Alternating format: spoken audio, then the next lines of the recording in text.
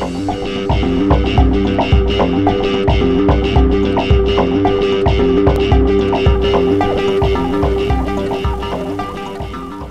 les camarades, et je vous remercie tous d'être parmi les invités. Mais avant de commencer à parler d'abord, je remercie tous ceux qui sont là parce que vraiment des camarades qu'on a lutté ensemble, et des chronopostes d'Infortville pendant des mois et des mois. Et si vous voyez qu'aujourd'hui, ils ont pu avoir le titre de séjour grâce à eux. J'étais parmi eux, mais c'est eux qui ont été locomotives, qui ont tout fait, qui étaient avec eux, financièrement, de la nourriture de A à Z. Donc je ne peux pas être là sans les remercier au nom du SADI. Solidarité africaine pour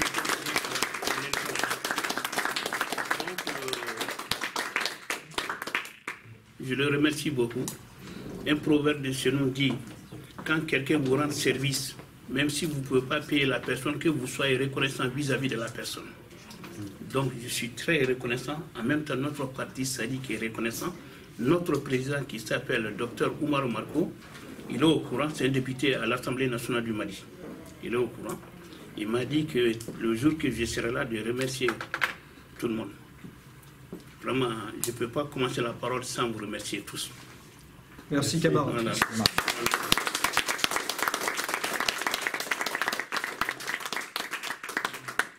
Et d'autre part, quand les 5 chefs d'État du Mali et de l'Afrique, le Mali, la Mauritanie, Burkina Faso, le Tchad et le Niger se sont présentés à Pau, j'étais à Pau.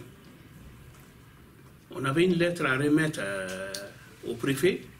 Nous, on a quitté ici le dimanche le 13 et on a passé toute la journée, on a quitté à Pau à 19h. Là où les présidents ils faisaient leur conférence, nous, on était côte à côte à peu près à 100 mètres. Mais il nous a interdit de ne pas être là-bas. Mais d'être à côté d'eux, ce n'était pas important pour nous.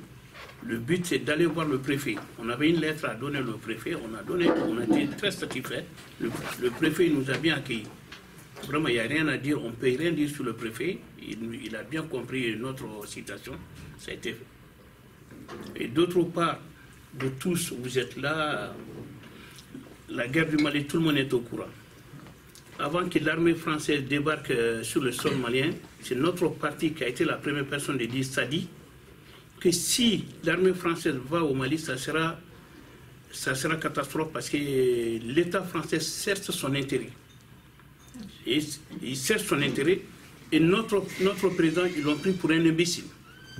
Et là, aujourd'hui, tout ce qu'il a dit, la preuve est sur le terrain. L'armée française est au Mali depuis 2013. Jusqu'à nos jours, le Mali est annexé, surtout le nord du Mali. Le dimanche passé, ils ont tué 20 gendarmes. 20 gendarmes, le dimanche passé, ça fait une semaine aujourd'hui. Et le lendemain encore, ils ont tué encore. Parce que l'armée malienne, là où on est aujourd'hui, elle est impuissante. Les armements que l'armée malienne a par rapport aux rebelles, c'est pas possible. Ils ont une armée vraiment très solide, 10 000 fois plus solide que l'armée malienne.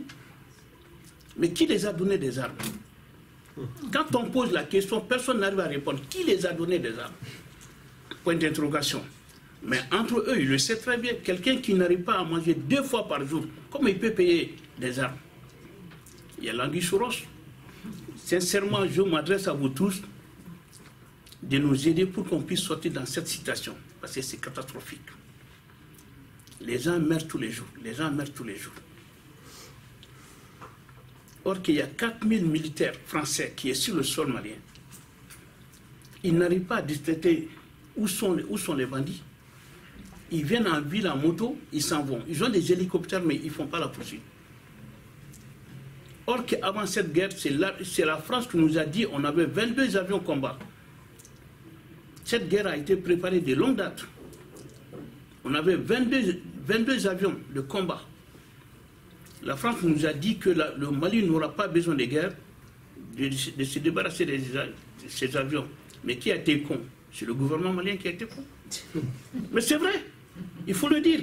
Il faut appeler les choses par leur nom. C'est le gouvernement malien qui a été imbécile. On s'est débarrassé de nos armes et de nos avions. Et 20 ans plus tard, on a été attaqué.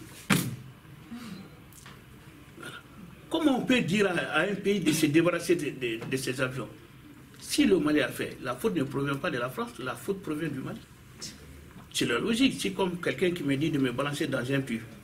Si je me balance dans un puits, qui est con? C'est moi. Et pourquoi lui, il connaît, pourquoi il ne s'est pas balancé dans le puits? Donc, de ce côté, je n'accuse pas la France, la faute provient de nous. Donc, moi, je m'adresse à vous tous, sincèrement, essayons de trouver une solution pour que cette guerre puisse arrêter. Ce sont nos enfants, nos frères qui meurent tous les jours. Vraiment, c'est triste. 7 ans de guerre, c'est trop. Le Mali n'a pas son indépendance. Il n'en a pas. Pendant 7 ans, une ville qui fait frontière avec l'Algérie, il n'y a pas d'État. Le gouvernement n'est pas, il n'y a pas de militaires, il n'y a pas de préfet, il n'y a rien. Et l'armée française, il vit avec les rebelles dans la même ville. Comment vous allez expliquer?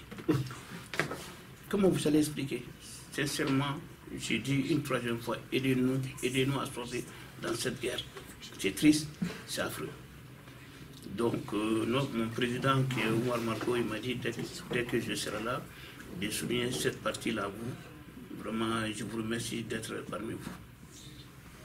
Donc, je n'ai pas grand-chose à vous dire. Merci. Et cette date, vraiment, c'est une date, comme je viens de dire, ça a été la date de Staline, que vous avez dit. Stalingrad, vous l'avez dit. Et cette date, aujourd'hui, c'est une autre date pour moi aussi. Le 2 février 1994, j'ai perdu mon père, à l'âge de 96 ans. Donc, je ne pourrais pas oublier cette date. Et la même date, je me retrouve devant vous tous. Vraiment, je vous remercie tous.